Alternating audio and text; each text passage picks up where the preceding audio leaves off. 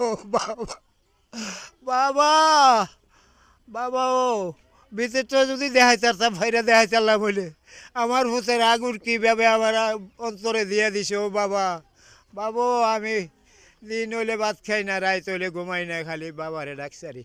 ফুত রে, ফুত কই রে তুই রে ফুত, আরে ফুত রে তুই আমার সামনে আয়, ফুত রে আমার সামনে আয়। আল্লাহ সামনে দিয়ে দিছে পুরীর ভিতরে লাশ। আমি চিল্লাইয়ে ওটু দিয়ে গেছি আর ডাকসারি, ভূত কই রে তুই, হুসেন কই রে তুই। কান্দার মানুষে উঠু দিয়ে যাই গেল, কান্দার মানুষের দেখে কই এটা কিতা, ভূতেরও বিচারে আবার কই সামনে আইতো, কই সবুর সামনে আইতো, কই কিতা। তো গিয়া দেখি যে ফুসকুনির মধ্যে খবর পাইলাম, আমি আইয়া ছাড়ছি, ফুসকুনির মধ্যে খবর পাই যে এনে একটা লাশ পচা গন্ধ কয় করবেন। বাবা আপনার কাছে আমি আপনার কাছে আমি সুস্থ বিচার চাই। আল্লাহর রহমতে আমরা প্রধানমন্ত্রীর কাছে বিচার চাই, আমরা এমপির কাছে বিচার চাই। এমপি আইসি, এরপরে দিয়ে আপনার কাছে দর্শকের বাসায় বিচার চাই, চানলাবাসীর কাছেও বিচার চাই, উপজেলা সবার কাছে আমি বিচার চাই। আব্বা আমার লোক মারফত কসবার ওসির সাথে যোগাযোগ করার চেষ্টা করছি, মোস্তফা জামান সহ আপনাদেরকে নিয়ে কসবায় যাইতে পারছি। আমি এখনই আবারও পুনরায় আমি ওসি এসপির সাথে আমি কথা বলতেছি, এবং কসবার যে ওসি তিনি খুব আন্তরিক মানুষ, উনি একজন ইন্সপেক্টর, উনি মহিলা, কিন্তু বাট উনি খুব ডেসপারেট, এবং আমি কনফিডেন্ট ইনশাল্লাহ এই ঘটনার যে সততা সত্যতা এটা উনি উদ্ঘাটনে ইনশাল্লাহ উনি করবে। এই ব্যাপারে আমি অন্তত কথা দিতে পারি ইনশাল্লাহ আমাদের সরকার ইনশাল্লাহ এইসব খুনের বেলায়, মার্ডার বেলায় যারা চক্রান্ত গিয়ে মানুষকে মেরে ফেলে, এটা সর্বোচ্চভাবে আমাদের স্বরাষ্ট্রমন্ত্রীও জানেন সালাউদ্দিন আহমেদ নতুন, এবং ইনশাল্লাহ আমি কনফিডেন্ট এই যে এটা রহস্য উদ্ঘাটন হবে এবং অতি দ্রুত। ইতিমধ্যে আপনারা ঢাকায় দেখছেন রামিসা হত্যা, এগুলোও কিন্তু একটা মাদকের সাথে একটা সম্পৃক্ততা মানুষ, তো এগুলো গিয়ে দেবেন হাতায় লেগে বোঝা যাবে। তো ইনশাল্লাহ আমি কথা দিয়ে যাচ্ছি, আজকে তাদের এই খবর পাই আমি তাদের বাড়িতেও আসছি।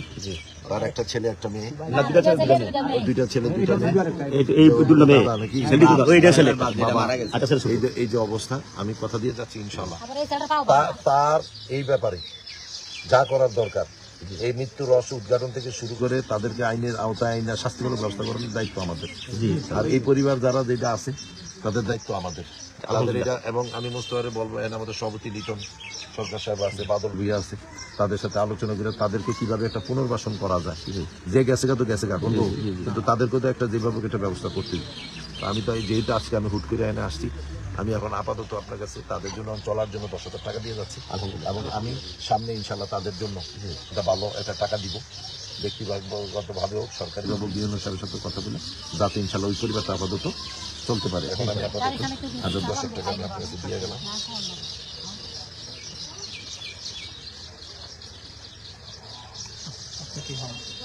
আমার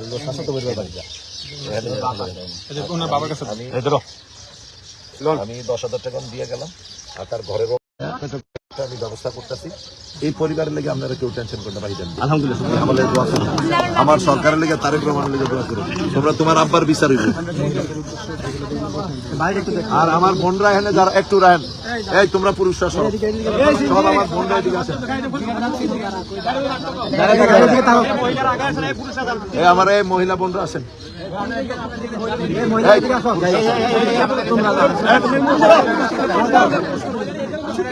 আমার মারা বোনরা আছেন।